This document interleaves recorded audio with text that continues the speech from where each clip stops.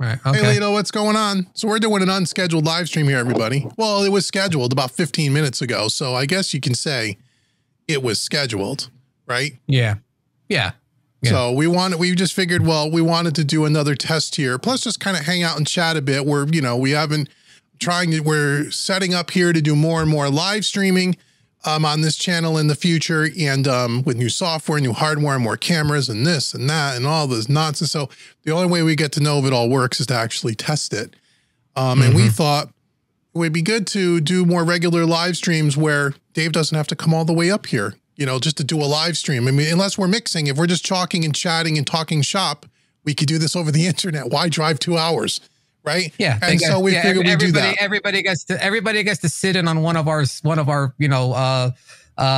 chats, where we hang out for 2 hours just shooting the shit on Skype all night, So yeah. So what we'll do usually people get to see how big of a nerd we are. So a couple of times a week, we'll normally get together on Skype and just, hey, this is what we bought today, to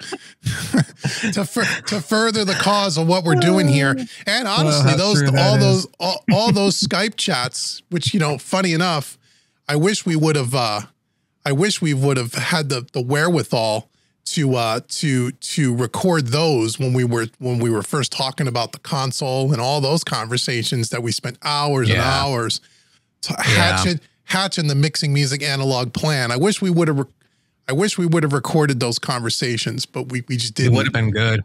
Yeah, it would have been really good, because it's literally from the day one that we started it was like, so this is what we're thinking about, and okay, this is going to be fun. And then it was it's just the planning and the speculating and sitting here with the manual open on the screen, just trying to figure out how we're going to do things. It was before we even bought the thing, just to know, is this the right darn console? And so, what I think this whole channel's, the whole idea for this YouTube channel came from those conversations, because we had said, geez, if I wish I could be on a fly on the wall with two dudes having this conversation, so I would learn a whole lot, man, and I wish we would have recorded them. So anyway, so we said in the future, we're going to do more live streaming together, more chatting together. And some of them will be topic specific, and we'll do demonstrations and stuff, which we'll talk about. And then other times we're just going to get on here, maybe not too pre-planned, like the night of. Dave says, yeah, I'm free. Let's get together and we'll go live, and we'll just get on here and talk about whatever we talk about. And then you guys are welcome to join in.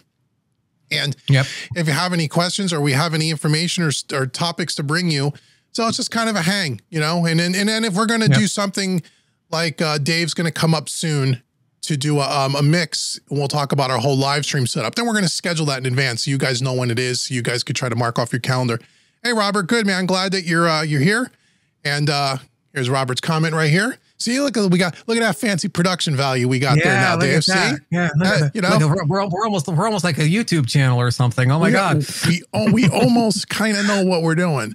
Yeah, so he says, good stuff, guys. He's deep in with his XL desk. Great, man. The XL desk, and loves your journey. Thanks, man. The XL desk is a nice desk too. I actually looked at that at one point, because as I was just learning and about this stuff, and that looks like a really nice console, especially if you load it up. So do you have yours, Robert, loaded up with a bunch of modules? Because I think they come empty, right? I think there's like 12 or 16 500 slots in that desk, if I remember right.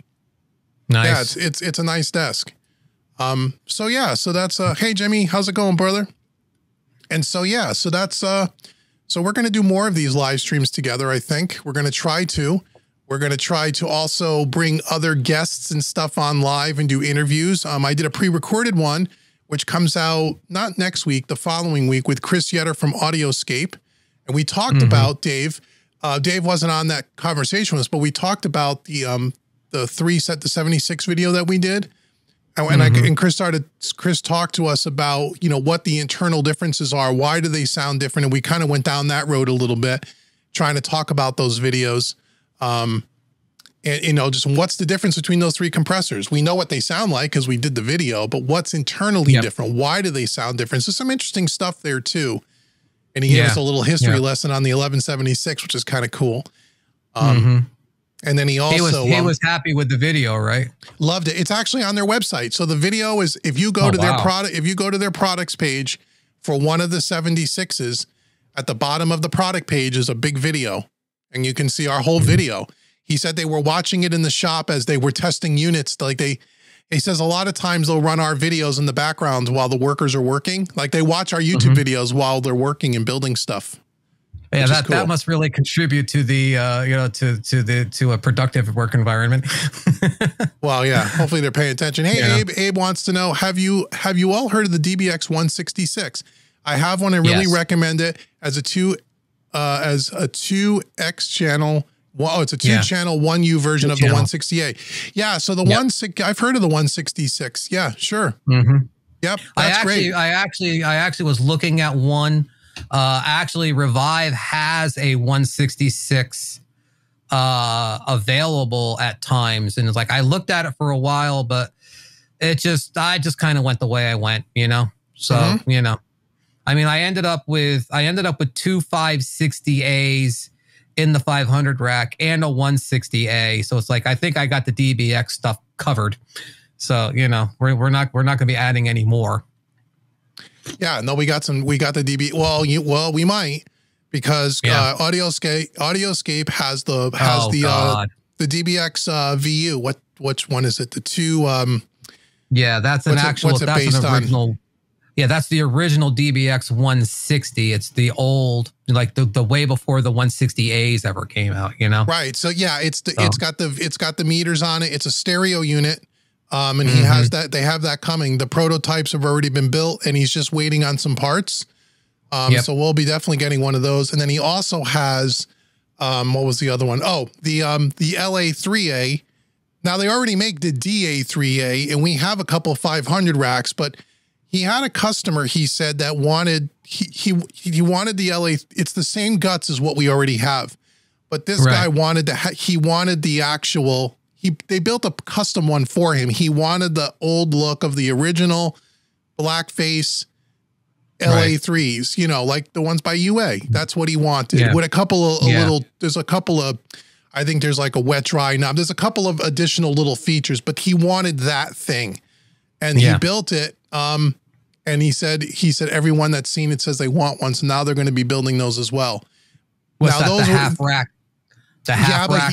But he's not going to, I asked him, are you going to release them as mono units? He says, no, I'm going to make it it's going to be it's going to be 2 half racks. It's going to be stereo, but it also will be able to run dual mono. So he says you can run it as 2 separates, but he says he's not making mono compressors. He's making stereo units. Gotcha. Okay. So all of that and a whole bunch of other stuff he talked about will be coming up. It's not this Friday. I think it's the following Friday when it goes live. So we talked for about 40 minutes. And so that's a cool interview if you guys want to see that. And so we're going to do that. And we're going to try to also, I'm trying to reach out to different industry professionals, you know, that are all, you know, to talk about the gear and talk about, you know, converters and just trying to get some more technical people that can help educate us on certain things about gear and about hybrid. So I'm hoping to be able to do more of those types of, you know, videos we could do, and we can do it live. So that's one of the reasons why we're doing live streaming. Yeah. I know you were talking for a while about possibly seeing if we could get anybody to come on the channel and talk about converters. Yeah. But we haven't had any luck with that, right?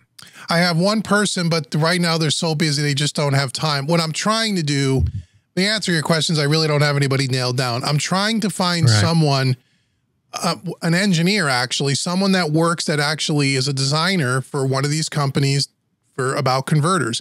And not because I want to, I'm not, you know, I wish I could find someone that wasn't tied to a specific company or product, but that's impossible. I'm not so much to push their particular converters.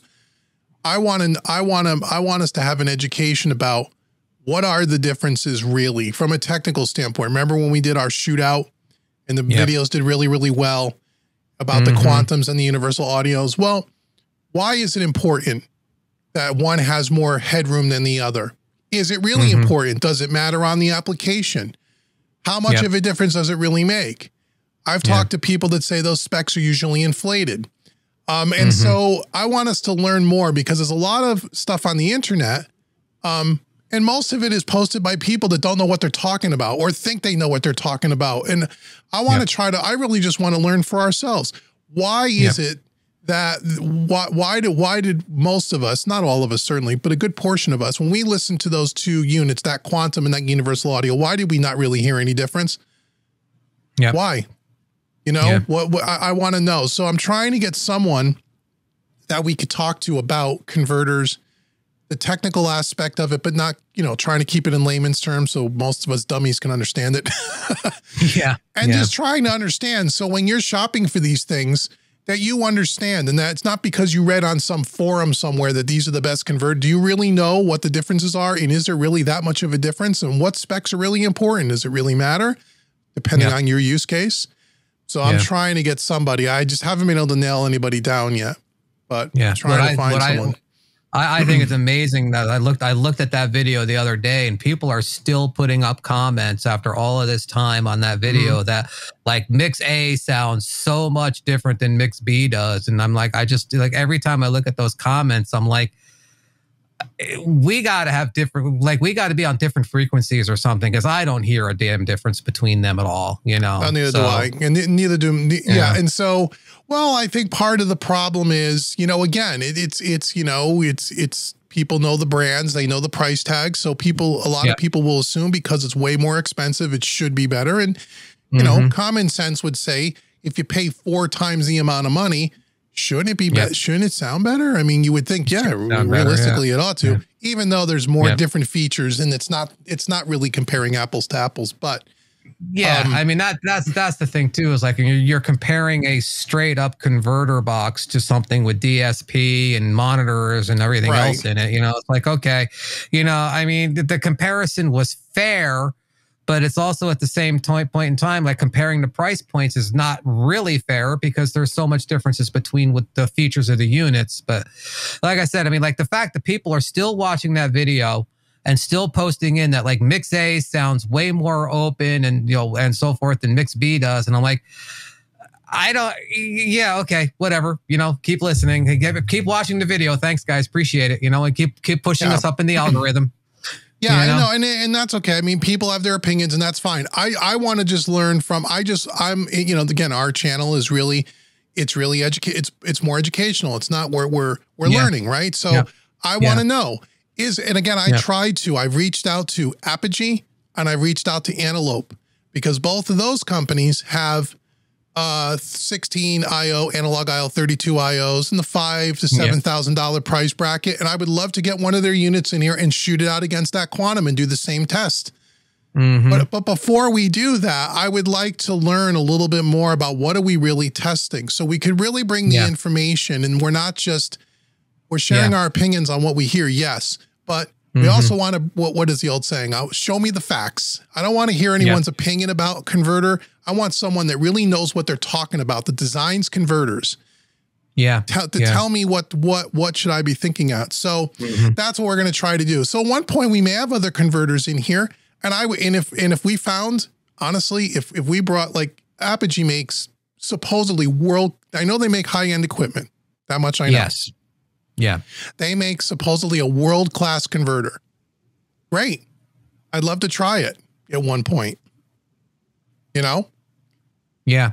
And see what the differences are. And if it really sounds different, like we go, wow, that does sound better or cleaner or whatever the word that you want to use is, that would be good to know. So we'll try that. I know I've said it before, but, you know, like I kind of like in a speculative fashion, I still kind of look at a company like Apogee, considering, you know, here's our $7,000-8,000 converter box, and we're going to send it to these guys, and they're going to put it up against the $1,500 PreSonus.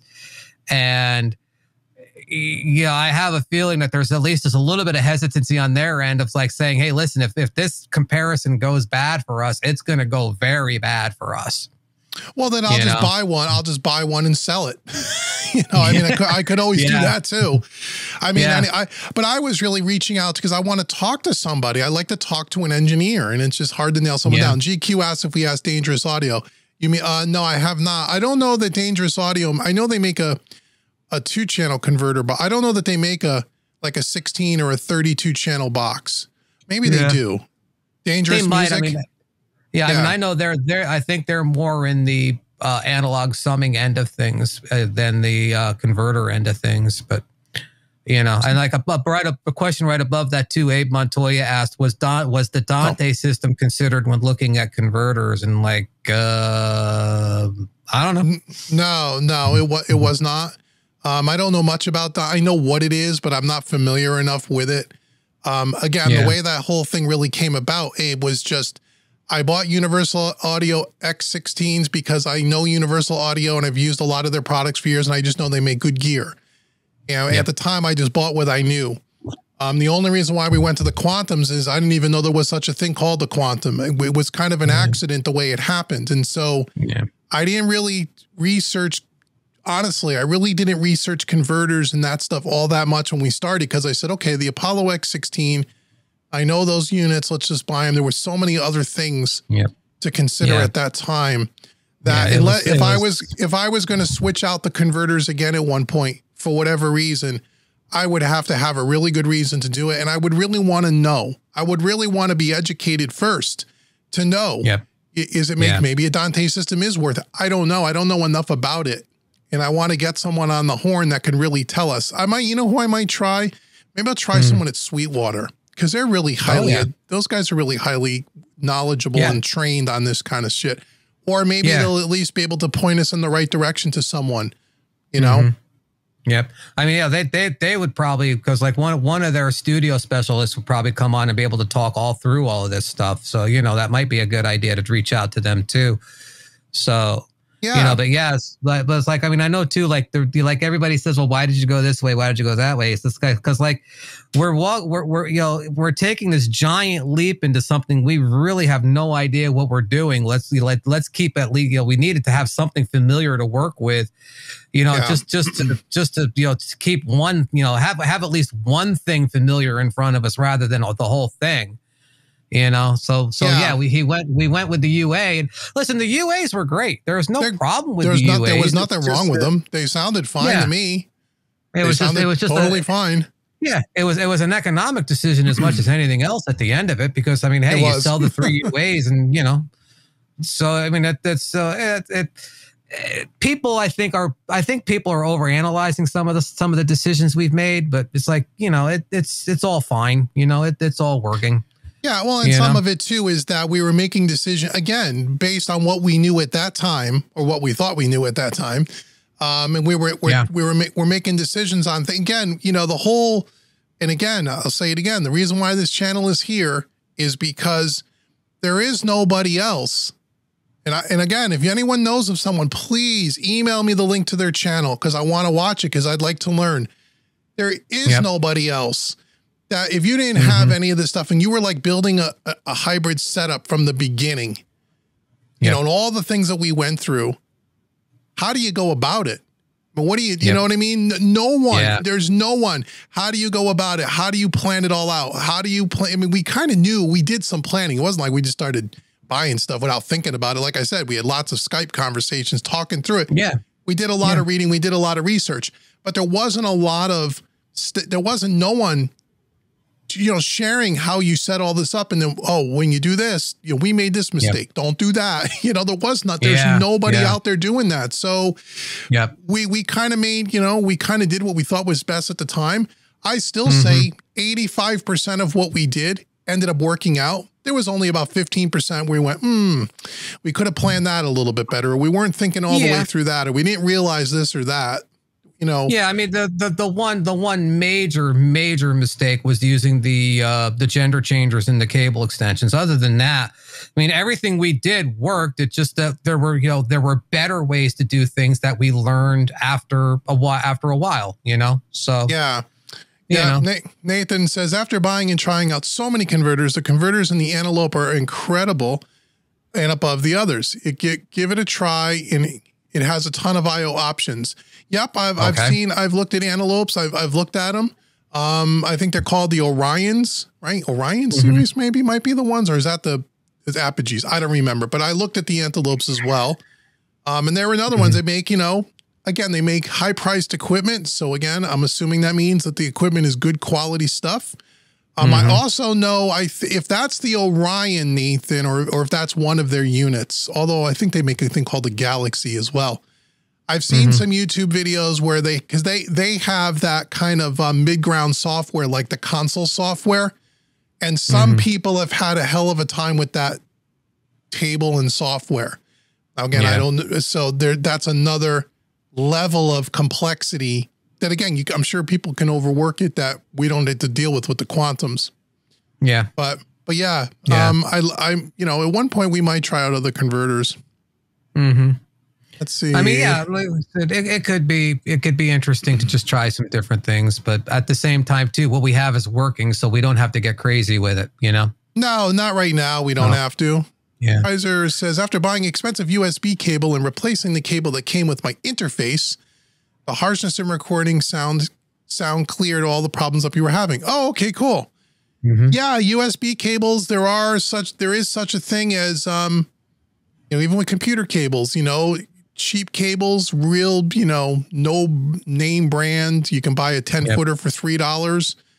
Yeah. I think some of it too with USB cabling and such depends on how long of the cable, right, Dave? I mean, if you're using like a 2-foot run is different than if you need a 20-foot cable.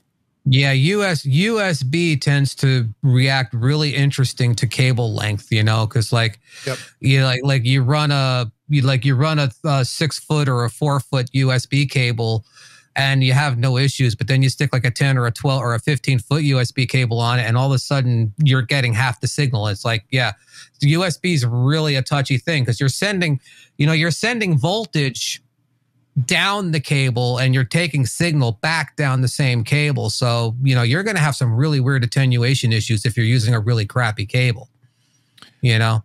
So yeah, no, I know there's like a difference. I just went through this with, again, talk about cables with HDMI cables for all of our new live streaming stuff, which we'll talk about in a bit. That if you don't, an HDMI and HDMI are not all created equal, even if they're all 2.0, they're all different. And depending on how long those cables are, I plugged stuff in that was, 15, 25 feet and you get you plug it in one and the other, no video. And then you do research and you find out that, you have to know they're not all created equal. And when you buy higher end cables for longer runs, all of a sudden things start working. Well, I know like with the USB, the USB-C cables there's like 2 or 3 different levels of data flow in those cables. And if you're using just like a standard cable, which just has a USB-C end on it, like a lot of the UA stuff isn't happy with it. You've got to have a high bit rate cable. Well, you can't use USB-C. You have to use Thunderbolt. And there's a difference. I mean, the connectors look the same, but they're different cables. So you can't use USB-C with you have to use a Thunderbolt cable. Yeah, even like the USB-C cables I have in here, because again, I'm on a Windows computer for now, and it's like. Still, I have like 3 different grades of USB-C cable, and the UA box I have only likes one of them, and the Focusrite doesn't care. So it's like it's weird that way, So anyway, interesting. Here's the question. Andy, how are you, brother? Are you still considering relocating the studio to move into tracking? Also, have you listened to the Origin preamps yet? And have you compared them to the Quantum and Apollo units recording anything? No. So the answer to both is no. I mean, considering, right now, no. With everything going on in the world with inflation and everything else, it's just too much of a risk. It's too big of a cost. And, there's not enough. The whole reason for moving to another room wasn't just to do tracking. That was part of it, but that wasn't.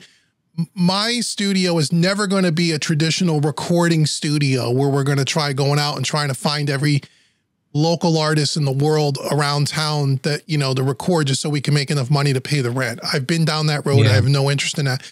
It was really going to be built as more of really kind of a customized, more of a bigger YouTube studio. So you can run 2 or 3 YouTube channels out of it and have specific sets set up and things set up in a way where you're not tearing down and setting up. And then, then maybe also recording and tracking on the console as well, just for fun, but just not as a way to make money, but as a way to do more experimenting. we could do that here in this room for sure. I mean, we could do it if we wanted to. Yep. Yeah. But I haven't yet. We haven't recorded through the Origin preamps. We mix through them. All the audio from the DAW comes through the Origin preamps, and we drive it on the drive circuit. But I haven't recorded anything yet, really only because it's been lack of time, to be totally honest. I mean, with everything I have going on, I'm constantly juggling lots of projects, but we will at one point. We will. We just haven't gotten there yet. That's all. Yeah. I mean, I'm not sure if a lot of people are aware of the fact that, you know, years ago, that was a recording studio down there. It was. It was a recording studio. It has when you've seen all the rooms. I mean, theoretically, it had 5 rooms in it. You know, with isolation booths, vocal booths, the whole thing. And I recorded local bands for a handful of years here. I had bands in here every single weekend. And then I had local, you know, singer-songwriters in here 2 nights during the week. But I just got tired of it. There's not enough money in it. I mean, I'm on the East Coast in Connecticut. We're not like in Nashville or LA or New York, where there's just artists, you know, every 5 feet that are looking for places to record. So there's no money in it to be I mean, really is what it comes down. There's just no money in it. I mean, there really isn't anymore. You know, a local band around here that wants to record a demo for their, you know, a couple of cover tunes so they can get local gigs. I mean, you know, they want to come in here all day long and spend like $300, and it's just not worth it. It's just not worth my time. So I have no interest. I have no interest in that at all. But if we were recording and if we were in a commercial space like we talked about, I think the only time artists would be able to, we wouldn't advertise ourselves as a recording studio, would be, I would be going around to local places and seeking out maybe artists that we thought were really cool, that had really good music, or something like a fun project. And we would do it for fun. And then we would use the content for the channel. And it really, they really wouldn't be paying. I don't even know the artist would actually pay me anything except for the rights to use the music and that kind of stuff. So it would be more of a fun thing. And more for an educational thing for the channel and for ourselves than it would be to make money. So maybe at one point, you know, I don't see anything in the world changing over the next couple of years, you know. No, I think with the situation that we have coming up right now, you know, we're pretty much going to be standing pat with what we have. Yeah, because we got a lot of stuff still to do. I mean, we want your guys' ideas as well. You know, what other kind of videos do you want on this channel? We have a list of things. So if you have ideas, throw them in the chat. We'll let you know if they're on the list. And if they're not, we'll put them on the list. But and also if there's anything, anybody, because I mean, we've done a couple videos out of my studio here now too. And it's like, if there's anything people want to see from this end, of course, please let me know and I'll start working on that too, you know. But I mean, like, I know, like right now, speaking of upcoming videos, I have the idea, and I don't know if it's you know, like if there's a demand for it or not, but I had an idea to just do a literal Patch Bay 101 video, you know, where I like literally just, you know, like this is, you know, like walk everybody through the basics of setting up a Patch Bay and then tying it into a look at what I have in here and like going in behind the rack and showing everybody how I have all that wired up. Because this is, since I did the studio tour, there's now a 3rd Patch Bay down there.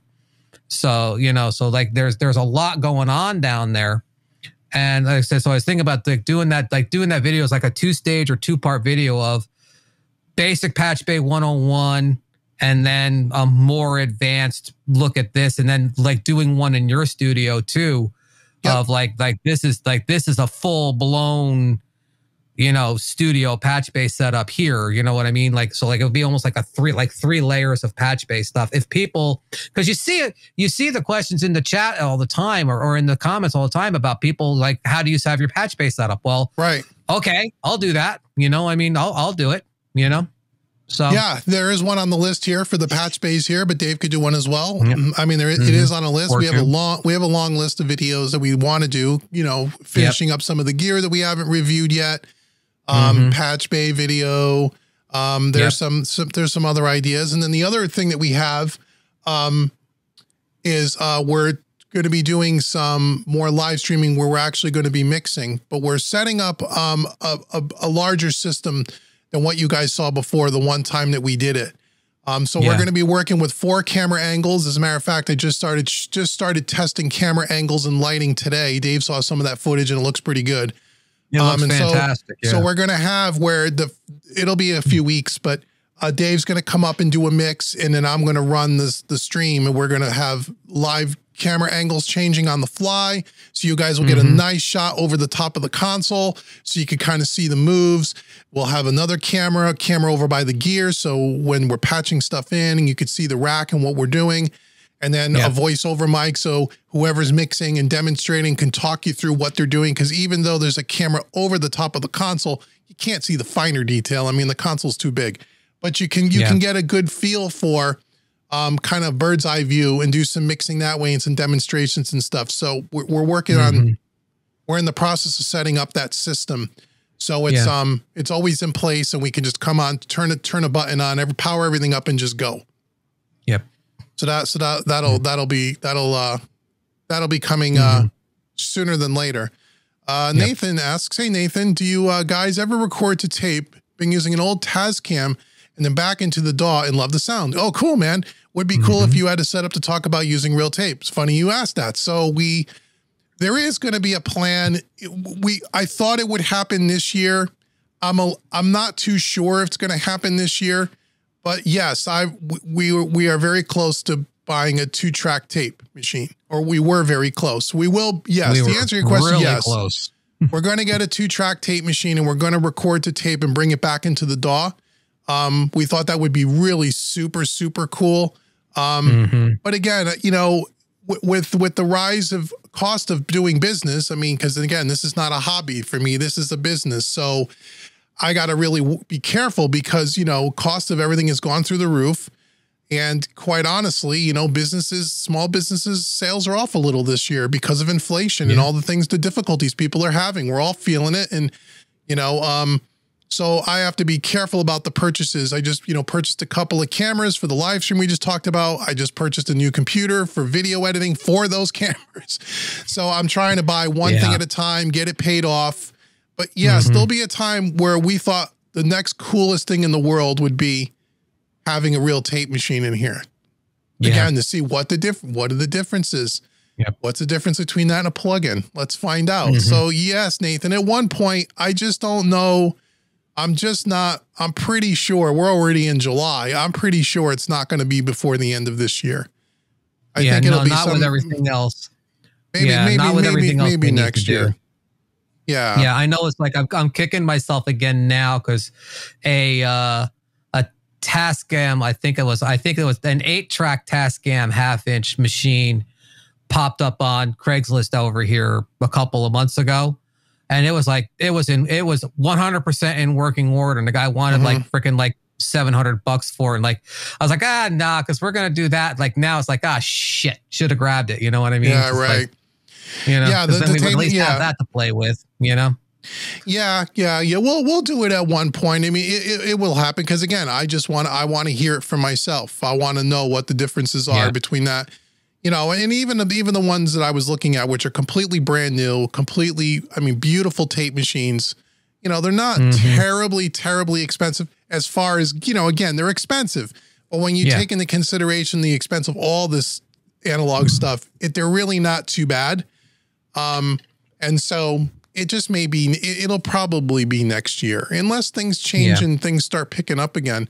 Kaiser says a patch-based video series would be great. Awesome. Yeah. Okay. We'll definitely do one for sure. We'll definitely do that. Yep. Let's see. 500. Let's see. They have 500 series tape modules to compare with real tape. Yeah. The Neve Portico 542s. I had a pair of those at one time and they were great. And I sold them and I regret selling them. And I might, as an interim step, that might be something I might buy at one point. The problem is I need another 500 rack to do that. That's the my 500 racks are full, but that might be something to consider too. Yeah, those things are on my list too of something to add because I've got plenty of 500 rack empty over here. But as I've said many times, it's like I'm not in any hurry to fill that rack up. It's here, but I'm not in any hurry to fill it up. So you know, Abe. Can a video be done with tracking analog? I started tracking vocals compression this year. Cool. As I got into hybrid mixing, and it makes mixing so much easier. Yes, it does. For me as a second guess. Yes. With talking about tracking.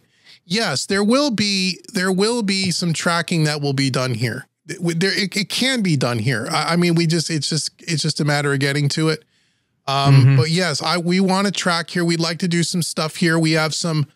I got some ideas that we could do. So yeah, it'll happen. Again, I don't think it's going to happen this year. This year's going by so fast, and I've already got so many other things that are on the docket that I don't think it's going to squeeze in this year. But we will eventually record on the SSL. I mean, we'd be foolish not to. Yeah. Plus, I have a friend who lives up in Massachusetts who is he's a folk musician, so he like plays like a company like basically just like a guitar vocal.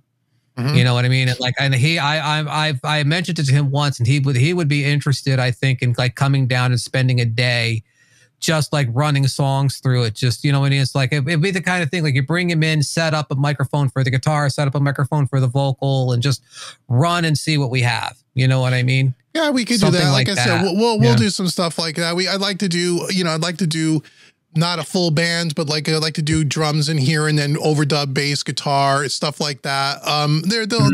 There'll be some stuff that we'll definitely do.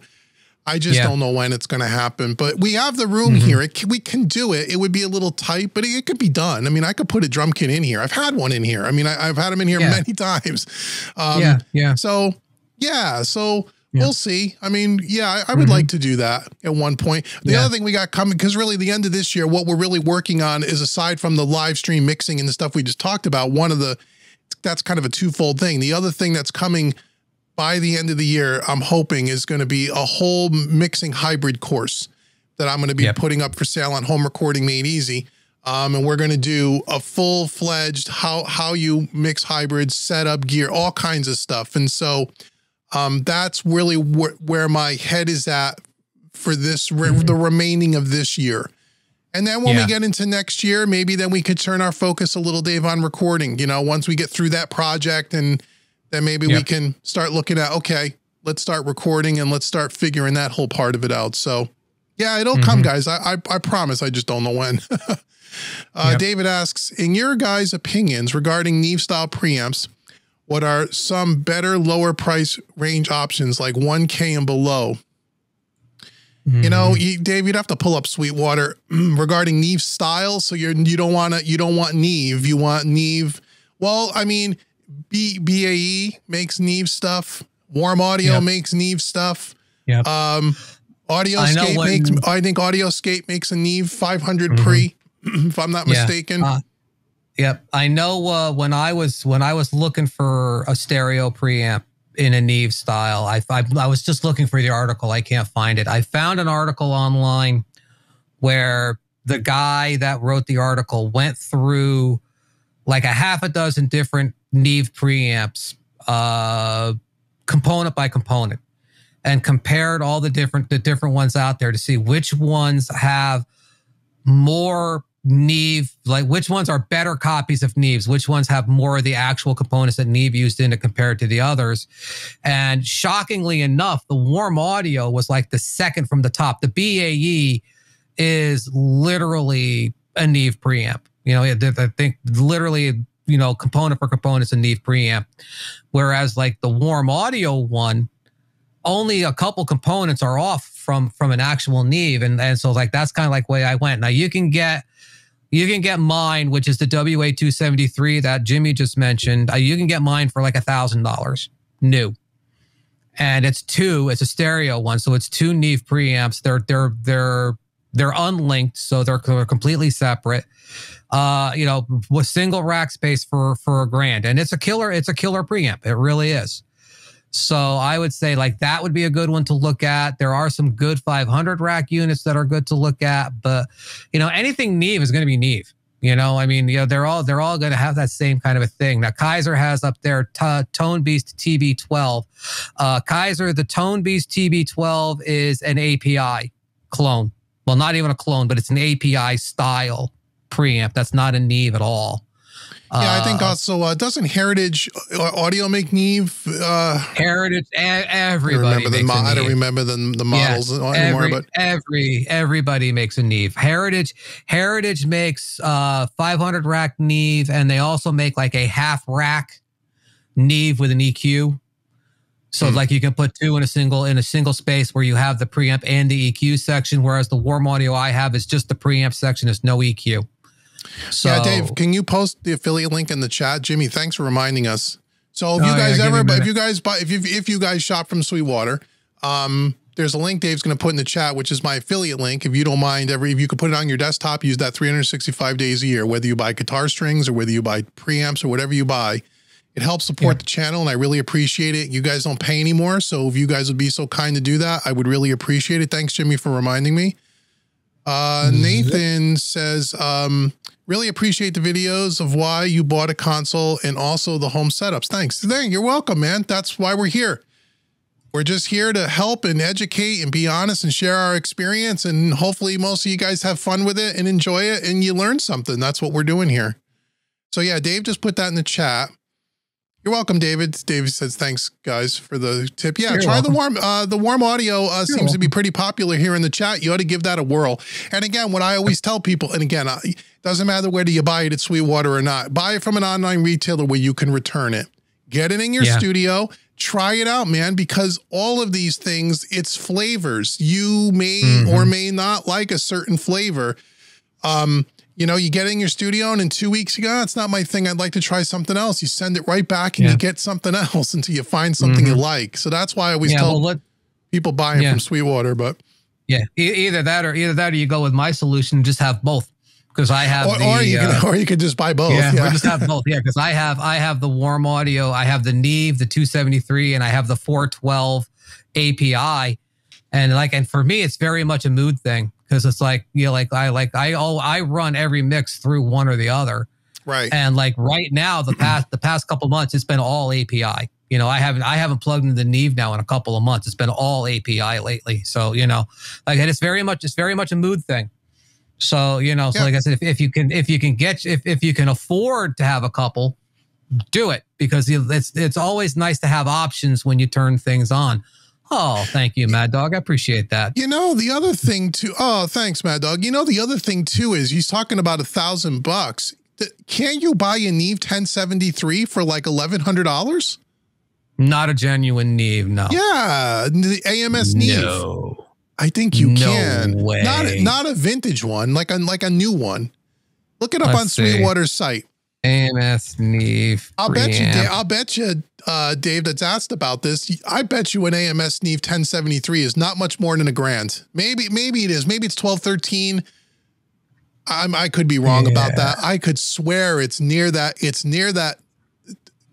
I don't think it's more than $1,200. Oh, I can't imagine that it would be that cheap. Believe me. Well, a vintage one would be really, you know. No. Yeah, but he was saying, you know, $1,000 budget.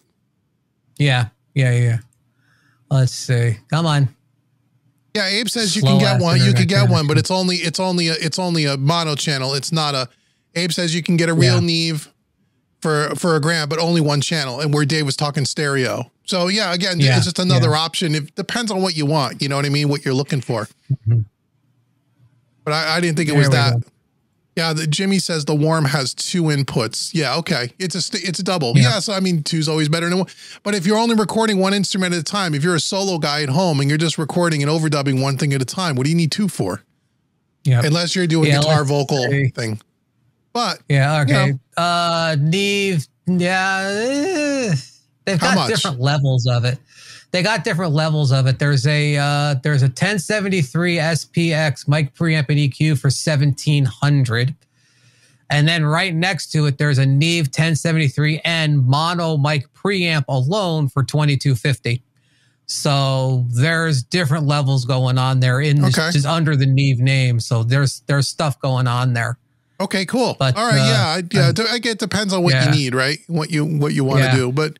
Yeah, I mean, it looks like the Warm Audio. It looks like the Warm Audio is fairly popular. I mean, Jimmy uses them. A couple of guys here use them, so that's cool. I I use them. And Dave uses them. I don't have any, but I mean, it's not that they're not good. I just don't have a need for them, but. Yep. Yeah. I mean, I've always just like the warm audio for me was just, okay, let's buy something. And it was like, okay, I kind of hit it out of the ballpark. Like right now, the warm audio is 1,100 and the API one is 1,300. So, I mean, they're not cheap. They're definitely going up in price right now.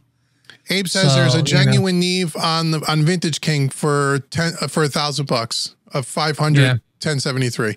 It's probably used, but that's okay. I mean, there's nothing wrong with that. If it's coming from Vintage King, they're great too. I mean, just like I said, I always just tell people when you're unsure about this stuff and you're trying things out, sometimes you can go on the used market and save a few bucks. But honestly, if you're buying good quality gear, you're not saving a whole lot of money on the used market because they retain their value. So then you have to buy it and try to flip it if you don't like it. That's why I always say, Vintage King is great. Sweetwater, obviously, Musician's Friend, Alto Music, anywhere where you could always swap it out if you really don't like it, until you find the thing that you like. That's what I always tell people. Oh, let's see. Lito Rodriguez says, have you ever considered, shrink that down so it gets on the screen. Have you ever considered sharing audio files that feature the comparison between hardware units and their software copies? Something you download to our DAWs. Yeah, we did that. I did that only once, but we did it once early on. We never really thought to do it because I thought it was just too much of a pain in the ass, to be honest. And it is. And honestly, I mean, we could if we found. Yeah, we could. It's just a lot more work, and it's just Yeah, I mean, I hear you. If there was enough people that asked for it, I guess we would do it. But it's more work to prepare. It's more work to do. And everybody wanted the comparison files for the converter shootout, and it was like, no, I mean, it's like, just why? Just listen to the damn video. You know what I mean? It's like it's right there. But yeah, I know YouTube will sometimes do a little bit of stuff to and I get it, it does, but it does it to both of them. Yeah, as I said, if it's doing the same thing to both, just their comparison's still equal to me. David Spangler just said, David Spangler just says, I got to get a chassis for 500 stuff though. Yeah. Yeah. Don't cheap out on that. Do not cheap out on a 500 chassis. Do not cheap out on a 500 chassis. I got a radial, a 10 bay radial off of, I found it on Reverb for like $700, which was a really good deal. Like they sell like close for $1,000 new. So I mean, saving 300 on it, and it's in really good shape. Do not cheap out on that because like I see some guys are doing like using the Midas stuff and saying it works fine, but I'm like, just don't cheap out on it to me, Well, yeah, part of the problem is with some again, and I've only had really good ones, but some of the less expensive ones are very noisy. It's the power supply. Some of them, depending on the modules that you put in there may not be enough power on the rails to power everything.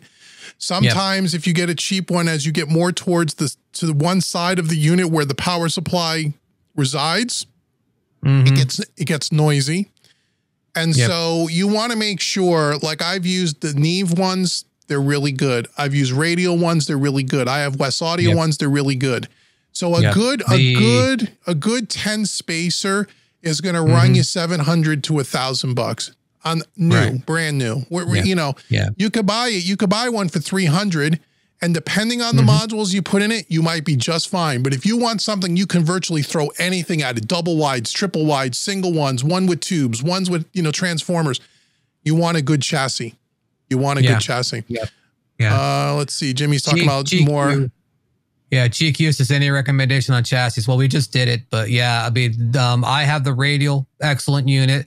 We've got the ones in Dave's studio are excellent units. The API makes a killer one. They're all anything that's a good name brand and in a decent price range with a really heavy duty power supply should be fine. Yeah, either but Radial. You do see them. You do see them with the power supply built into the chassis, and do not do that.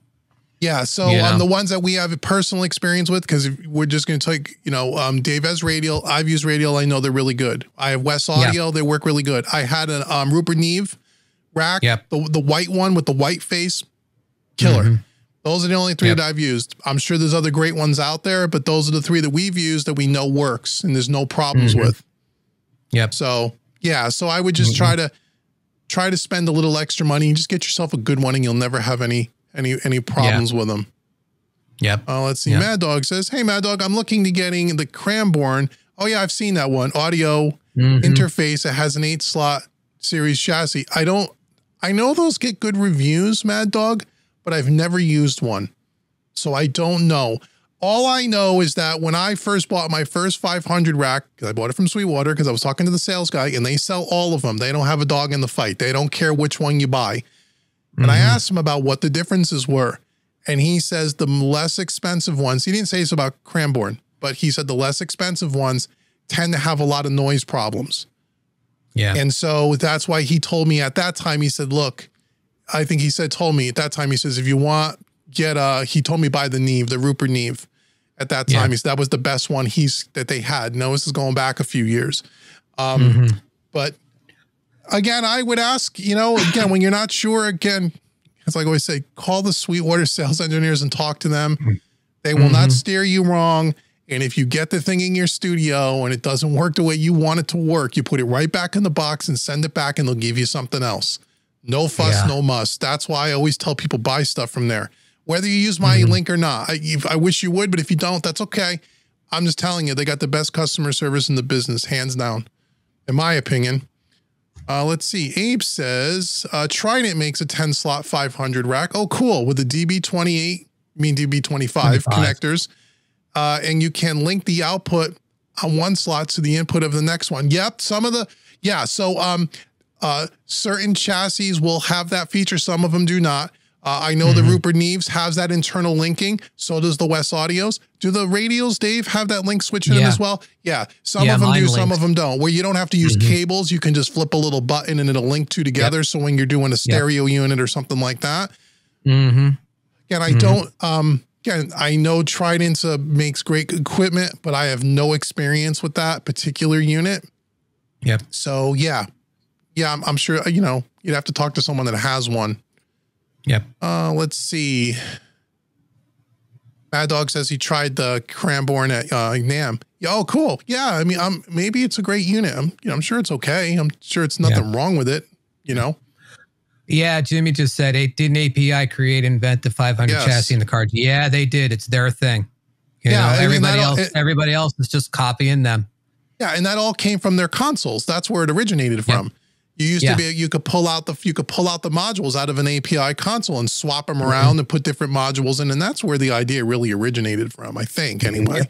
Although, doesn't that kind of technology go way back to the Abbey Road days, like with the red consoles and the cartridges, I think they used to call them, right? Yeah, but they were the form factor, the 500 series form factor was an API thing. It's way smaller because like the 200 series are, like the one, like the Neve consoles and everybody, and they all use like a 200 series, which is much larger. And then they came out with the 500 series, which is way smaller. And that kind of, it was kind of like a game changer because you could get more modules in the same space and you could make them smaller and a little bit cheaper. And, so it was definitely a game changer on that end of it. And I'm trying to think of what it is. There's one company out there that makes a console that is literally nothing but a 500 series rack. It's like there's like 3 modules per channel. You can do up to 48 channels on. And I'm like, I look at that every now and then and go, that would be really cool. Who makes that? Actually, I'm trying to remember the name of it now. Somebody, I could probably Google it out, but as I look at that, that would be really cool. But by the time you populated every freaking slot on that thing, you'd be $100,000 in. Well, yeah. So, you got to have a want to, Right. Yeah. Well, but then you could customize it and put, you don't have to have a Neve or an API or an SSL. You can have a little of everything. Yep. You could have a 32 channel board and have, 8 channels of SSL, 8 channels of Neve, 8 channels of this, 8 channels of that. I mean, that's kind of cool. Yep. Oh yeah. It's really cool.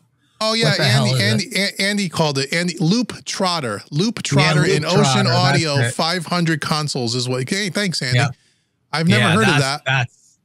Yeah, that Loop Trotter board looks amazing. But yeah, it's an analog. It's an analog board. It's not a digital board, right? Yeah, it's a completely analog board. It's just that like it has faders. It has the center section, has the monitor section, and then on every channel there's like 2 or 3 500 slots, and then on the buses there's a couple 500 slots, and on the output there's a couple 500 slots. So you can put anything in there you want. You know what I mean? It's just every time I look at that, it's like it would be the coolest thing in the world, but to actually populate that thing, yeah, it would be a lot of money by the time you had it all filled up. Well, it's funny. You talk about this in consoles in general. One of the video ideas that we had, and the only reason why we haven't done it yet, and we're going to do it, it's because it's going to take me a lot of research up front to have all our notes together. Yeah. Is we wanted to compare because a lot of the, again, this comes up a lot in a lot of the different videos about the Origin specifically.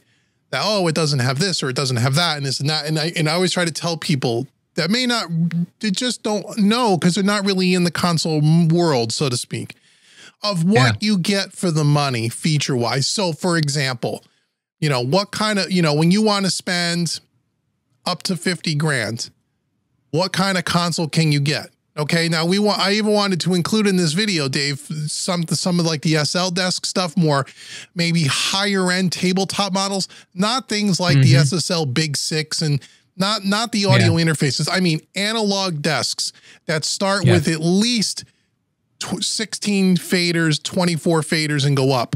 What do you get for the money? And what are at those specific price points, what features do they come with? Right. So we want to look at SSL, Audience, Neve, API, Tridents, and any, those are the big ones. And then any of the other off the, maybe things like the Loop Trotter. So people can understand, because a lot of people, at least the people that would comment on our videos, sometimes they don't understand the console market. They're like, you don't have total recall and you don't have automation. You don't have dynamics. And I'm like, for 50 grand, you should have all that stuff. And I'm like, that's an individual that has no understanding of the analog gear market and doesn't know what this stuff costs. And I try to tell people, you can buy a console with all that stuff in it. You can, but you're well over 100 grand. And in some cases, you're getting close to the $200,000 mark if you want 32 easily, or 40 faders, right? And so I thought it would be a good video. And I know products always change, but like a snapshot, if we looked at certain price points, 50K and under, here are the consoles that are currently on the market. And here are the key highlights. We're not going to be able to go through every little bell and whistle, but here are the key main things you get at this price point. Here's what you don't get. If you go to 100,000, here's what you get. 150,000, 200,000, and they go up and they go up. I mean, some of the new Neve consoles that are coming out, they're over 200 grand. Yeah. And so to try to break it all down for people. So when people are looking at these things or talking about these things and going, well, or even shopping for these things, what things can you expect to get for what amount of money? Yeah. I thought that would be an interesting video, because once again, go find me that video on YouTube. There is no such thing. There is no such thing. And so I would love to have a kind of a little breakdown where we get up the Sweetwater website. We have a bunch of notes and we start walking through. Here's what you get at the, here's what, so when you're shopping for a console or even a tabletop desk or something that you know what you're getting into for what price point, to educate people. Cause a lot of people have no clue. They have no idea. They really don't have any idea of what this stuff costs and what you get and what you don't get. Yeah. And, they just don't. And so, anyhow, I thought it would be a good video. I don't know what you guys think in the chat. I think it would just be interesting content that I've never seen anybody do. So for no other reason, it would be cool just for people to know. Andy B says, I watched a video recently that had an Origin being delivered and the serial number was blah, blah, blah, blah. Okay. 226. 226. SSL sold a lot of them. Yeah. Hit the gap in the market and in the market again. Yeah, they did. You know what it is, man. And again, I'll still say it. There's only one other console on the market at the 50. Now they're more, but at the time, $50,000, $60,000 mark There's only one other console that has 32 faders, 32 preamps, 32 EQs. The only one that even comes close, is the Audience. Makes a very similar bang for buck to the Origin feature for feature. They're in that same thing. And Audient was out first, and they did it first.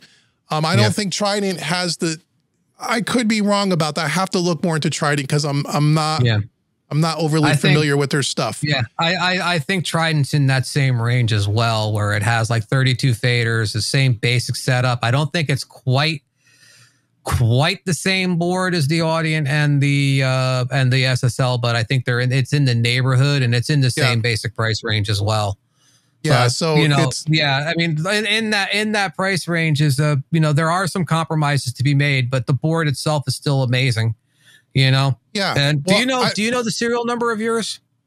I have it written down. I don't remember it offhand. Yeah, because I'm wondering, like, if they just delivered 226, I'm wondering where they were at when they delivered yours, because yours was pretty early. Yeah, it was pretty early. It wasn't one of the first ones, but it was in that first big batch, I think. Yeah. Because mine was actually slated for somebody else.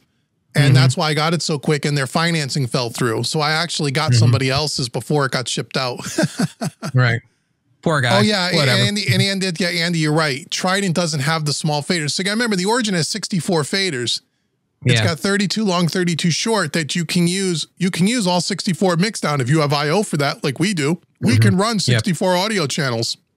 Yeah. Now, the EQ on the board can only be one or the other. So you would have to do any of your other EQ in the box, but you could still mix through 64 faders, you know, and it's an inline console, which means that, the reason why it's set up like that traditionally is that when you're tracking through one set of faders and monitoring through the other. So that's the way to do that. You can, the Trident doesn't have small faders, but again, if you don't need small faders, well, then that's not a problem. Yeah. Yeah. I mean, if you only need 24 tracks, you only need 24 tracks, so, Yeah. Andy says the Audience board. What's a wobble board? Wobble. No idea. PCB, unlike the Origin having individual channels. Are you saying that the Audience is like one big board? I don't know much about the Audient. I didn't sit in front of one. I looked at it on paper when I was looking at the two. And again, I bought mine from Sweetwater. I spent Sweetwater has a few guys that travel all over the country, and all they do is install consoles in studios. That's all they do. And they don't, and they typically go to big time studios. Okay. So they do consoles, IO, networking systems, that kind of thing. And so I talked to the guy at great length over a couple of conversations before I bought my console, because I was originally looking at the AWS. And we talked about the Audience, and he says, we sell both. And he says, I've installed many Audience, and he goes, I've installed many Origins. And I think the Audient at that time was probably about $7,000 or $8,000 cheaper, but it had a lot of the same features. Now, the Audient is one of those boards where you can buy add-ons. You can buy an add-on patch bay. You can buy what they call their DCL or DLC, which is some DAW control automation packages. But the $40,000 or $45,000 console at that time didn't have that. Those are add-ons. Right. Like with an Origin, you can't buy it like that. You get what you get. You get what you get. And he had said to me, he goes, we sell them both. And he goes, but he said, if it was my money, he goes, I would buy the SSL every single time over the Audience. And he said it for no other reason, for resale value. He said, because an Audient, he said, so, and he said, if you want that sound, he goes, the SSL is the way you want to go, unless you're really got to save every penny, and $8,000 is a big deal in the big scheme of things then. So that's what he said. I mean, again, and he's one person, but this is a guy who installs these things all day long. And he said he picked the Origin every single time. Yeah. And having worked on the Origin, I mean, I've never worked on another console, but just working on that board a little bit, it's a hell of a console. So, I can definitely see why people would, go that way. for sure. Yeah, and he says it's dual layer control, DLC. That's what they call it. DLC looks excellent. Yeah, it's got some cool features in it. And again, I'm sure it's a fantastic console. I'm not saying it's not a good console. Again, I and part of it for me too, because Mixing Music Analog is not just a YouTube channel, it's also my mixing services. It's a marketing calling card. People know SSL. They know SSL. And so SSL has a very specific sound to it that people are familiar with. Not that Audient doesn't sound great. I'm sure it sounds fantastic. It's just that, again, at the time, not knowing Audient, I don't really know much about. I know they make some good gear, but I don't know much about their consoles. And I just figured, if I'm going with a console, I'm going with something that's a name brand. And when the guy said I would buy an SSL over an Audient any day of the week, that was good enough for me. And I'm happy that I did it. Yep. Oh, yeah, for sure. Kaiser says you should one day record a live band together and record it for us to watch. Well, again, that's we'll see. Yeah, that you're talking about massive amounts of production to do that, and maybe one day we'll see. Yeah. Earlier, Abe Montoya said, "Can you do a deep dive video on the differences you look for between a console for tracking and mixing?" It's like we could. Where was that question? I didn't see. Oh, sorry, Abe. Sorry, Abe. Gotcha. Yeah, we could if we had a clue what the differences might be. Honestly, a tracking board and a mixing board in this case are pretty much the same thing.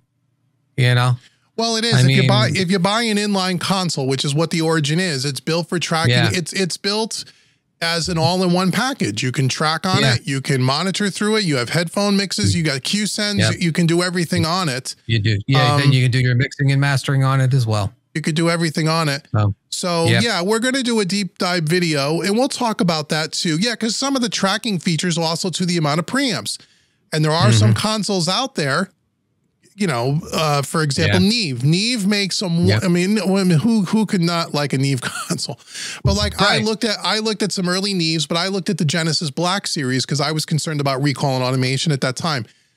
Yeah. For less than $100,000, you could buy 32 faders. But there's only 8 preamps on it. So that means you can only record 8 tracks at a time. So, and again, in your studio, in a studio, that might not be a big deal. If you're recording a full band, 8 channels is not enough.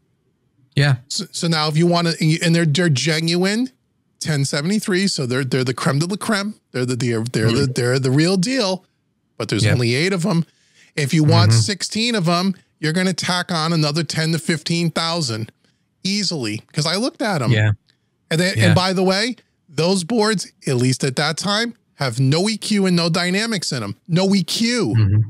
Now you can buy them with EQ. They make the wonderful 1073 EQs in them. But each one of those is about $800.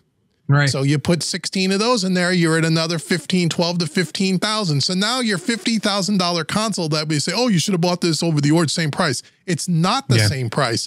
It's a $90,000 console. And I know that because I was that close to buying one about 3 years ago. So I know exactly what the Neve Genesis Black has in it. And it's another wonderful desk. It's really cool. And it does have automation, flying faders. It does have 16 channels of DAW control. It's a great console. But it's not the same thing as an Origin. It's not. So it just depends what you're really looking for. This board has 32 preamps in it. I mean, and it's a good sounding board. It's a really good sounding board, But maybe one day we'll record stuff, Yeah. Jimmy says record on Neve, mix on SSL. Yeah. I think a lot of places do that, So I own an Origin. Sounds great. Yeah, it does. Thanks, Andy. Thank you. Yeah, if you could record on an Neve and you could have both, that would be great. Yeah, wouldn't that be nice? I saw some of the new Sweetwater videos they were posting of the new Neves they put in their studios. They're beautiful. They're just beautiful desks. I mean, you look at them and just go, oh. I think the one I looked at was $95,000, but it was just like, wow. Yeah. What a nice piece of gear though. I mean, you can't say Neve isn't fantastic. Yeah, they're calling back the old, the old series board, the old 80 series boards with some of that stuff. It's like, I mean, that would be really nice, but So Lido, yeah. Would it be smart to commit to a particular channel strip console in the box leading up to getting your first analog console? Yeah, sure. Yeah.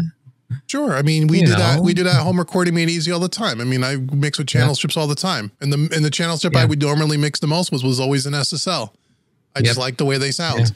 But yeah. And if you really want to understand the analog workflow in the digital space, go check out homerecordingmadeeasy.com and get the course Mixing with Analog Style Plugins Made Easy. And you'll learn how to use those plugins like you're, emulating an analog workflow in the digital domain. Yeah. And that'll give you kind of a taste of what hybrid and analog can be like in plugin format. Yeah. Right? Yeah, recall. Yeah. And Andy B, recall isn't that big of a deal. Yeah, Dave made a whole video about that. Yeah. We don't do recalls here. Yeah, there's no recalls here. Not that we don't do, we don't do very many of them, but yes, you can record. Yes, you can. You can record the direct outs. It's another feature that a lot of desks have, that you could record all 32 direct outs back into the DAW, all pre-processed. And then you can mix. Andy knows because you have an Origin. With the Origin too, you can hit the, there's a 0 dB switch on each one of the faders. So you could take the fader on the console right out of the circuit. So if you wanted to, and our buddy Terry that owns an Origin, Forest Studios, what's the name of his studio, Dave? Yeah. Forest Hill Studio. Yeah. So the way he uses his Origin is he tracks and he mixes, right? So he tracks through it and then he mixes in the box. So he runs everything. He EQs, he runs it through the preamp. He does all that stuff. He prints all his tracks back in with his direct outs. And then he mixes with faders. So when he has to do recall, it's not a big deal. So you can use the desk that way. So the thing about the Origin I like one of the things I really liked was that you can use it in many different ways, right? You can use it any way you want. There's so many ways you can work with it. It's not a one-trick pony. You can work in the box if you want. You can use it as just a summing mixer if you want. You can use it totally analog like we use it if you want. You can do a combination of both. So it is really cool. Hey, Robbie's here. Hey, Rob. How you doing, buddy? Good to see you. And let's see. Zoggy Stardust. Hey, nice everyone. Name. Nice name. Love it. How you doing, man? Crossbeats is here. Came here late. We're doing well, Crossbeats. Thanks so much for stopping in and saying hello. Yep. Yeah, if Ziggy played guitar, what did Zoggy play, Jimmy? Yeah. So we'll do a video like that talking about consoles just to kind of give. And you know who we're gonna have on the channel, Dave, not too long from now is Charlie from Ultimate Studios Incorporated out in Los Angeles. He's a big Trident guy. I'm going to be on his live stream, hopefully Sunday. That's the plan anyway. This coming Sunday, there'll be some posts on Facebook and stuff going up. But then I've already invited him to join us at one point just to talk gear and stuff. And he's a big Trident guy. So he knows a lot about Trident. He's had a couple of different Tridents. And he's got a really killer studio as well. So he could talk to us about that console and what that console does and maybe what it doesn't do and how he likes it and all that stuff. Yeah. You're gonna try that live stream again as long as this whole system doesn't crash and burn again like last time. He said he figured out what happened. He said it had something to do with OBS and Zoom, but he says he's got it figured out. I'm like, all right, man, I'll be here if you want to get on. If you want to try it, we'll try. Yeah. I mean, he couldn't get it working, but we spent about 2.5 hours talking on the phone anyway. And I said, and the conversation we had is the exact conversation we were trying to put on a live stream. Just talking like what we're doing tonight, just talking together about gear and stuff and taking questions and just hanging and just talking about your experience and, what you like about this, that, or the other thing, informal, not really an interview, just kind of a chat, So Charlie's a good dude. Charlie's a really chill, laid back dude. I can't imagine him doing like a real formal interview type of a stream anyway, No, I'm sure he can, but he was just like, let's not make it an interview. He goes, I want to tell people who you are and stuff, but let's just talk. I'm like, I don't care. I mean, the way I met him was, we're talking about converters earlier. I was watching one of his live streams and, was very similar. He has, a guy that he works with, and they were talking with people in the chat and the topic of converters came up because they have in their studio with their Tridents, pretty old Motu converters. but like ones that they don't even make anymore. And they were talking about at one point, because they upgraded their board. They wanted to upgrade their converters. And someone in the chat was talking about the Apollos and the Quantums. And I chimed in and said, oh, before you guys go out and, you know, Charlie, I'd love to talk to you offline. I could give you some information. We just did a whole video series on this because he wasn't sure about the Quantums and he doesn't know much about the Apollos. And that's how we met. And then once I got a chance to talk to him, he was really a cool guy. And he was like, yeah, he goes, let's do some stuff together. So hopefully we're going to. Yeah. You know, Jimmy says Charlie's the best coaster. Yeah, Jimmy, we know. Yeah, he's an LA guy, and I think Jimmy's in Arizona, right? No, Jimmy's an Oregon guy. Oh, yeah, but he's still way out west, though. Yeah, he's West Coast, but he's Northwest Coast. So you know, Jimmy's on the side of the fault line that won't be underwater when the whole thing falls in the sea. Okay, well then Jimmy's studio will be safe. Yeah, for sure. Abe asks, how can I contact you after the live stream? I have a podcast I recently started. It's all about music. Would like to have you both on. Yeah, just email us through the website. Go to mixingmusicanalog.com and just send us an email. Yep. Yeah, we can certainly talk to you. Crossbeats.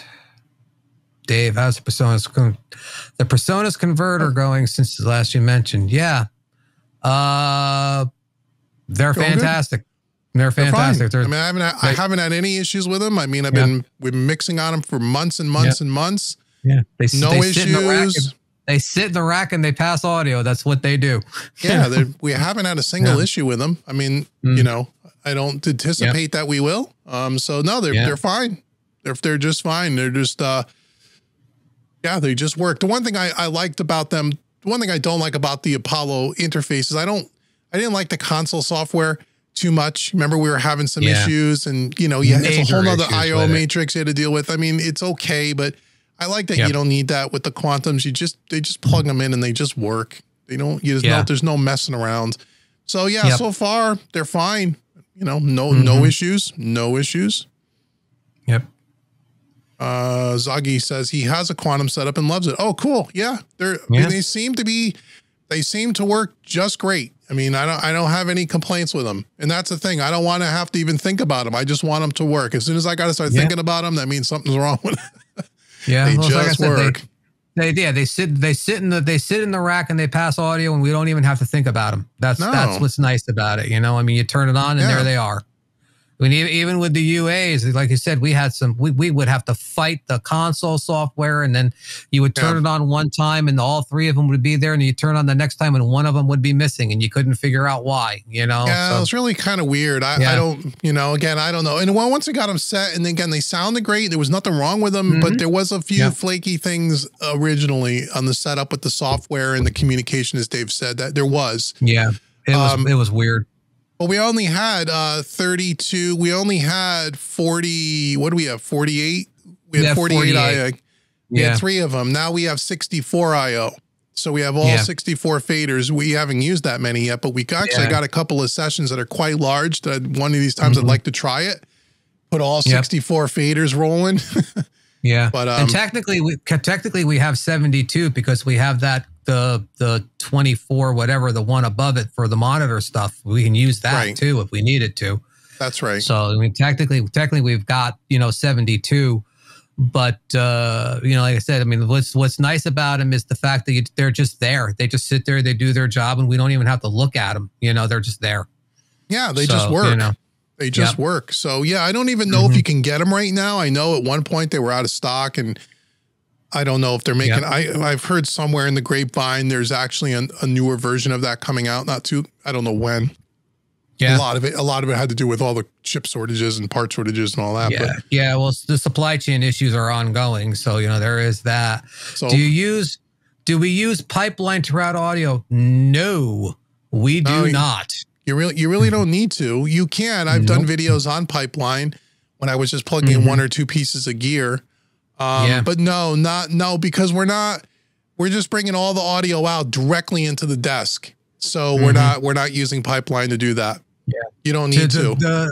The way you want to think about it, Austin, is that for us, The DAW is simply the tape machine. That's all it's doing. It's just taking the audio in and putting the audio out. Everything that happens once the audio leaves the computer happens on the board. All the routing is done in the board. Everything happens in the board, and then it's routed back into the DAW. Yeah. But yeah, so just think about the way we have it set up. The DAW is just a tape machine. That's all it is. Yeah, that's all it really is. It didn't start out that way. We thought we were going to do a lot more with plugins, but the more we started working, we don't really use very few. Sometimes, sometimes, you know, it depends, but not as much as we originally thought we would have. Mm-hmm. Not as much as we thought we would have. We started out with using the channel strips for dynamics on every channel, and then we started cutting that down because you really didn't need it. And the more hardware we added, thank you to audio-scape and so forth, you know, the more hardware we added to the pile, the less you needed plugins until it got to the point where you need practically none now. So, you know. So, yeah, there's really, unless the only time... we never set out to be a fully analog deal either. I mean, we were always saying that we wanted to be the ultimate hybrid studio where you were doing hardware and plugins and everything. You were using everything. But the more we went, the longer we went, the more we went straight analog. And, you know, it's like, okay, so we're not the ultimate hybrid mixing studio like we were going to be, but it's still, you know, there's a lot of hybrid going on. Yeah, there's still some plugins. I mean, the master bus on the way in will have a tape machine plug-in. It has a stereo widener. There's a couple of things. There's a couple of tricks I put on the master bus, printing it back into the print track. But again, very few. And then if you go beyond the 32 faders, because you don't have EQ on the small faders when you're using them on the large faders. So if I have, let's say, you know, pads or string sections or whatever, I'll use some EQ plugins in the box prior to it coming out to the board because I won't have it available to me on the board. But that's really it. But most of the stuff that we've done is been in, you can get it on 32 faders. I mean, some stuff runs, you know, maybe to 40 faders, but that's really it because it's 32 faders plus eight stereo buses. So, you know, we haven't had massive sessions where I needed to use a lot of small faders, which then means I need to use a ton of plugins. Yeah. And to be 100% with Austin's question too about pipeline is in my studio here, everything I don't use Studio One, I use Reaper. So they have their version of pipeline is called RIA Insert. And I use that pretty much exclusively because I don't have anything hard. I don't have the hardware hardwired anywhere. So everything I do is through a patch bay with the pipeline. So, you know. So yeah, Crossbeat says there's definitely something special about just print and move on. Yeah, that's, you know, absolutely. when you get in the analog, you got to make a commitment and move on, which is why I don't do recalls either. I mean, I mean, once we've signed off a mix, it's like, you know what, the next, you know, you can, just because in the digital world you have the ability to do 15,000 things and go back and tweak things till the end of its life doesn't mean you should. And so I kind of like the fact that we just make a commitment and move on, man. You know? And I agree. And when you limit yourself, limitations is the word I was looking for. When you limit yourself and you say, look, we only got 32 channels. We have 2 racks of gear. We have 2 delays and 2 different styles of reverb. That's it. If you can't make something sound good with that, then there's something wrong. Yeah. There's something wrong. So, and like I said too, even like the way I do it, which is way more in the box hybrid, you know, you still, when you're printing through a hardware compressor, you're committing to a sound, you know, I mean, you have no choice, you're committing to it. So, you know, but like that, what's nice about your setup as compared to mine is that you're doing everything in real time. And I am like literally working one track at a time. So it's like, for me, it's a much more time-consuming procedure for me, but it's also at the same time for me, I really enjoy that part of it, you know, because like that mix I just did for MME, I printed back in, at least half the tracks got printed back in. So, you know, Right. so it was a very time consuming process, but I was very happy with it too. I mean, that mix came out amazing, I think, you know? Yeah. Yeah. So, So we're going to hang about 10 more minutes, guys, and we're going to call it a night because it's already been about an hour and a half. So let's go to 8:30. So if you have any other quick questions, we'd be glad to answer.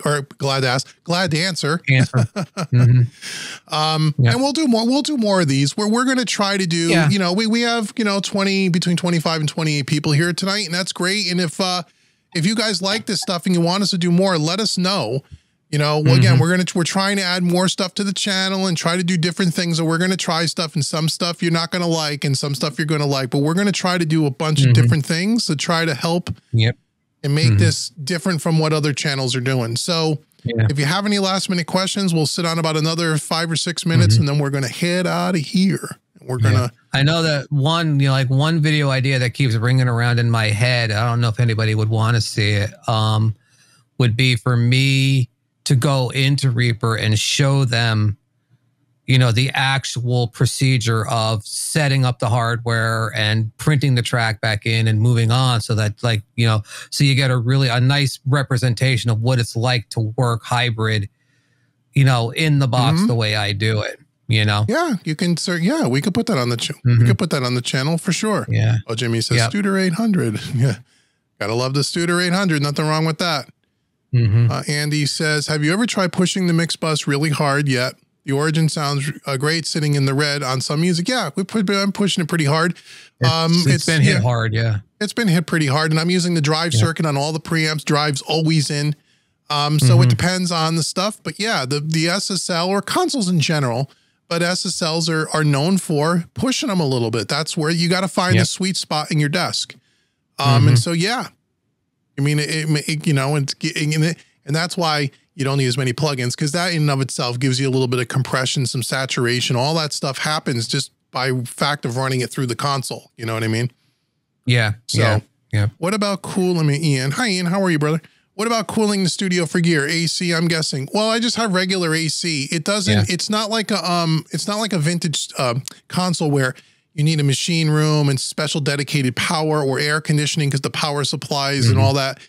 You don't need that. If you just have a regular air conditioning or central air in your house or something like that, I mean, you turn on all the analog gear after 4 or 5 hours, it gets warm in here. But is it like, oh my God, we have to have special HVAC? No, I just have whatever's in my house, you know, and it works okay. It works fine. Could it be a little better at times? I mean, you know, if it gets really hot outside, but it's doable. It's nothing out of control.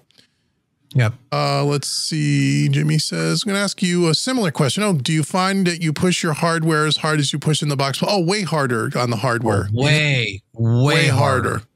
Way harder. Yeah. The harder especially the compressors. The more you hit the compressors with hardware, you can push them a lot harder than you can with plugins. Yeah. I mean, like I can, you know, like, not that I do, but like, you know, the Black Lion B172A, the LA2A side of that, I can push that needle all the way to the pin and it sounds good. Whereas, like, if you were in a plug-in, any plug-in LA2A, and you were pushing the needle all the way to the pin, it sounds like crap, you know? I mean, it's like, it's just, you can definitely push hardware a lot harder and not have it get really bad. Actually, that video we've got coming out with the 1176 versus the plug-in shootout, I think we did a little bit of that too, and we said that in that video. About it. We talked about that a little too. Yeah, where you pushing the plug-in as hard as we were pushing the hardware just sounded awful, you know. Right, right. You're right. That'll be coming this week. I think Friday that video goes live. Abe says, have you noticed any? Yep, go ahead. That's good because, like, I said it before. It's like I have the line of the century in that video. It's gonna get me in a lot of trouble, but I have the line of the century in that video. Abe wants to know if we notice any slight differences between all the channels on the SSL. Not yet. The console's still brand new, so I mean, are there differences? Probably. I'm sure there are subtle differences. Again, I don't study it that hard. I just get on the thing and just work on it. It just sounds good. I try not to, where I did more with plugins from a teaching perspective, get more into the technical and get under the hood a lot more. With this stuff, you really don't need to, man. Just run the shit through it and mix, and it sounds good. And if you know how to mix and you know how to gain stage, you know, I know there are older consoles. Sometimes channel 12 does sound different than channel 14 because of the tolerances and the components and over time. But no, the console's brand new, so we haven't noticed it yet. This console, the capacitors haven't aged enough yet for there really to be that big of a difference between them. You know, so you know, let's see. Robbie left. Good night, Robbie. Hi, Rob. And plus, you're not restricted by oversampling. Yeah, you know that whole you know oversampling thing that's been going on the YouTubes. Thank you. Lately, it drives me like people are getting so over analytical about everything. Like everybody has to run their plugins through Plugin Doctor. Everybody's like and it's like God damn it, people. Does it sound good or not? Honestly, does it sound good? Right. If it sounds like crap, then don't use it. You know, I mean, it just you know, it just. I think people are making much ado about nothing with a lot of it, but you know, like, but it's like every channel you see now, every plugin review you see now, they run it through Plugin Doctor. Is it cramping? Is it is it artifacting? Is it this? Is that? Does it sound good? Yeah, I mean, I get it. I mean, I don't know. You're right. I don't. And oversampling again. I've listened to plugins with the oversampling at the different oversampling rates. I can't hear the difference. I really can't. I've done it across many channels. I've done one plugin to one plugin. I don't hear the difference. Now, again, I don't have golden ears, but I think I have a pretty good set of ears. I mean, I make a living at this, so I must be halfway decent at what I do. I'm not the best, certainly, but I'm not the worst. Okay, I'm in the middle. Let's just say that. And I don't hear the difference between a lot of this stuff. Now, again, if you put it in Plugin Doctor, as Dave said, and you run it on a scope and you look at it from an analytical point of view, you'll find some subtle differences. But again, in the end, when you have a whole mix running, can you really hear those differences? I don't personally. Not that maybe there are some plugins where it is, but the ones that I've tried, I don't hear any freaking difference. It sounds the same to me. Yeah. Yep. I mean, I don't know. Abe Montoya, can you do a video on doing input output levels? Yeah, we could do that. Input outlet levels when going to hardware for high mimic. Yeah, sure. Yeah, we can. That's really, you're talking about gain staging, but yeah, it's a little different. You have to really understand it in the hardware world. Yeah. I mean, Austin, how are you liking yeah. Do you like the API 5500, Dave? I love it. That's the best $3,000 I ever spent. And that's what it is. And that was expensive. I've only used it on a kick. No, I've only used it on a drum bus thus far because I bought it for a project. I was looking for something that gave me the drums that sound, and that did it. Now part of our videos is I want to experiment and put it in other places, but I love it. That's a great EQ. It's expensive, but it's a really nice piece of gear. I really enjoy it a lot. Yeah. Yeah. Going back real quick to Abe Montoya's thing though, it's like what I do in the box is I'm sending stuff out to the hardware at like I've got it down at like -6 dB. You know, I mean, like I'm sending it out hot to the hardware. So, you know, and I just like, because I want to hit the hardware hard. You know what I mean? Like I really want to smash into it. So, you know, when I'm sending a kick drum track out to a DBX 160, it's leaving the DAW at between -3 and -6. You know, so it's coming out hot. You know, so that's the difference too, as far as like gain staging is concerned. Because like when you're only sending one track in and out, you don't have to worry about summing between them and you know, and that you're sending one track out. Send it out as hot as you can, so you know, so that you're hitting the hardware with a full blown signal. That's the way I look at it, you know? Yeah, and every piece of gear is a little different, and every piece of gear's got their sweet spot, and you got to know where it is. And the only way you know that's by slamming it and then backing off on it and going somewhere in between, and you find where you like the way it sounds, and you go, yeah. But generally speaking, hardware, you normally want to hit it pretty good because that's where they sound good, because you get that coloration, that harmonic distortion, that natural compression. Even if it's not a compressor you're running it through, even if you're running it through a preamp or running it through an EQ, you're getting some compression in the signal and some coloration. And the harder you push it, the more of that you get. And every gear has a different a different point where it sounds its best. That's what you're looking for. That's why you have the damn thing sitting in your rack. You want to hear it, you know? Right. So, you know. So anyhow, okay, cool, man. Well, thanks so much for joining us, everybody. This was pretty fun. We had a good time, right, Dave? This was good. Yeah, this was good. One. We had a good time. And so, yeah, let us know, like, share, subscribe. If you're not like, shared, and subscribe, hit the old thanks button on there. Help support what we do.